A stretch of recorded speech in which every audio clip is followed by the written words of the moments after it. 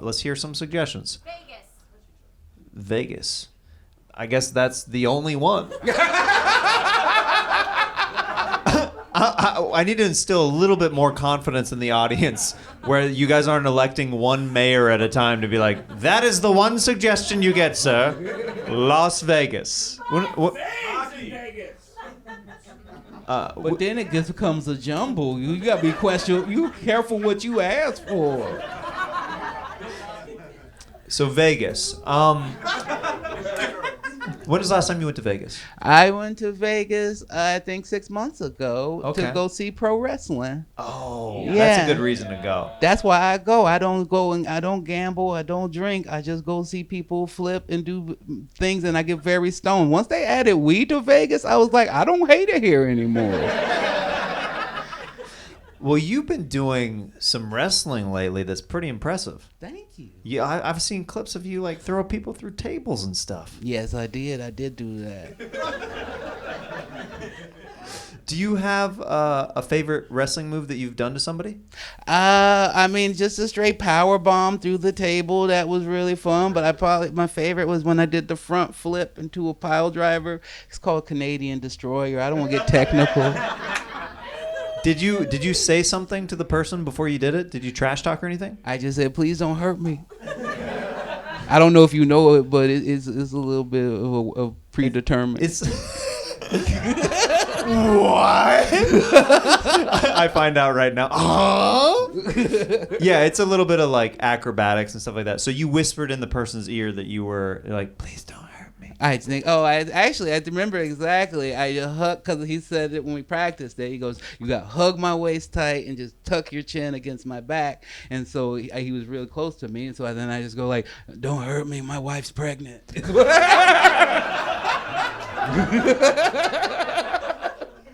I mean, that's a good disclaimer for sure. I mean, they're going to set you down a little bit softer. Yeah. How if you were wrestling on the regular, would you ever like start to get like the ideas to start pranking them like right before like they flipped you up and you're like, this feels right. like different things like that only they are hearing, you know? Definitely. I think that would be half the fun. I think that'd be super fun. Yeah, I think they do that a lot. You think so? Talk to each other. Do you think they ever try to make each other break while sure. they're like doing like the mad dog and like face to face? Oh, absolutely. You smell pretty right now. Just to see if these like ripped men will just start like laughing uncontrollably in front of like an auditorium of people. Yes. Yeah. I know you wanted more than that, but that still ain't. That's it. That's what it is. What other suggestions we got? Cocaine.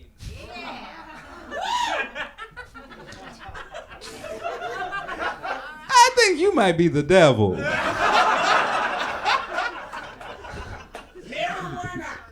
He's definitely the guy at the party who says cocaine, and then he answers himself. Did somebody say cocaine? like somebody else is bringing up the idea of cocaine, and it's like, dude, who's bringing up cocaine in this party? That's super weird. Like, I can't believe. Like, do you think people actually have it like that? Like, what if I had it? Wouldn't that be crazy right now? Like what if like we went to the bathroom right now and we did cocaine? He had a crazy laugh. I love your laugh. It's a laugh leader's It's a laugh. good one. It forces other people to laugh. Right. At gunpoint, it's like a laugh. It's like, you better laugh. Laugh with me. What else we got up here? Suggestions. Kobe beef. It's one of my favorite beefs. It's a very high grade cut of beef. I love it. Every time I eat it, I'm like, wow, this costs a lot of money. Mm-hmm. You know, it's definitely one of my favorite kind of meats. Yeah, and it's just beautiful. Like, that just shows you the impact of Kobe Bryant, that they would name a beef after him like that. You be like, the premium beef is Kobe beef. That would be great if like other meats were named after other athletes and stuff like that. Mm-hmm. Wouldn't that? Yeah. Well, at least, Joe Rogan would have some elk steaks named after. Oh, yeah. They just stopped calling it elk. They're like, I'll take the number Rogan. Yeah. Let's grab one more suggestion, guys. What do we got? You really... I thought you were gonna continue on your celebrity meets.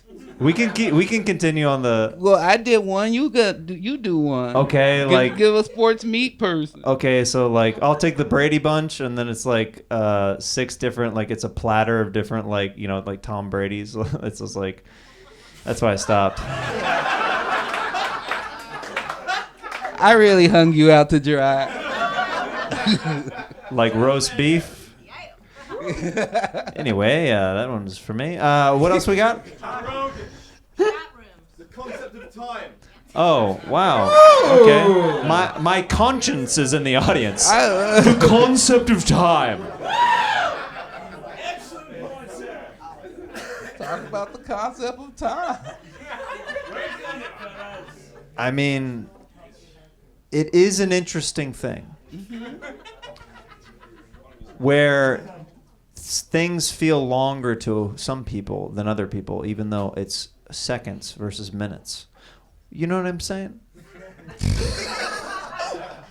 I do. I just feel like I remember being in acting class and talking with my coach, and she's a hippie like me, and when she was talking about, she's like, oh, time is an illusion, and sometimes when you're acting you can really feel it. And I was like, oh, I think I felt it when I'm on stage, because sometimes you can be in the middle of a joke, you can be thinking and contemplating about how that joke is hitting, and you can be in the past thinking about how the last joke hit while you're still preparing the next joke, and you're still centered in the middle, and you're like, oh fuck, time doesn't really exist. But then at the same time you start balding and getting gray hair, and you're like, I don't know.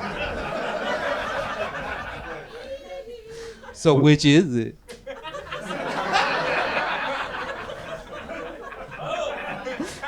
I really hope, Ron, that if I, you know the figure of death that a lot of people have, like, is like the cloaked figure with like the like the Grim Reaper, like the sickle and everything like that.